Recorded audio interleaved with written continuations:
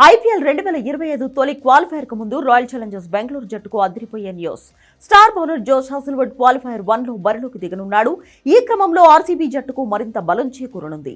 RCB batting coach mentor Dinesh Karthik Australian fast bowler Josh Hazlewood qualifier 1లో జట్టు తరపున బరిలోకి దిగుతారని కన్ఫర్మ్ చేశాడు. Australian fast bowler Josh Hazlewood ఈ సీజన్లో కొన్ని మ్యాచ్లు మాత్రమే ఆడాడు.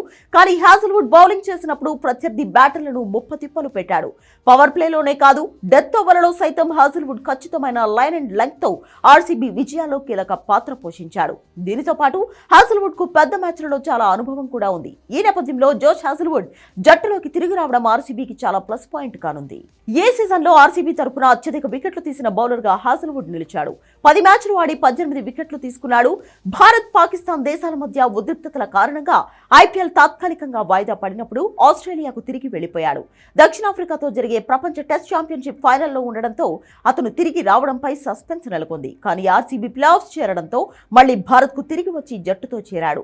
మొదటి క్వాలిఫైయర్ మ్యాచ్ మే 29న చండీగఢ్ లోని ముల్లాన్పూర్ లో జరగనుంది. ఇక్కడ royal Challengers Bengaluru, Punjab Kings జట్టుతో తలపడుతుంది. ఏ మ్యాచ్ లో గెలిచిన జట్టు నేరుగా ఫైనల్ కు చేరుకుంటుంది.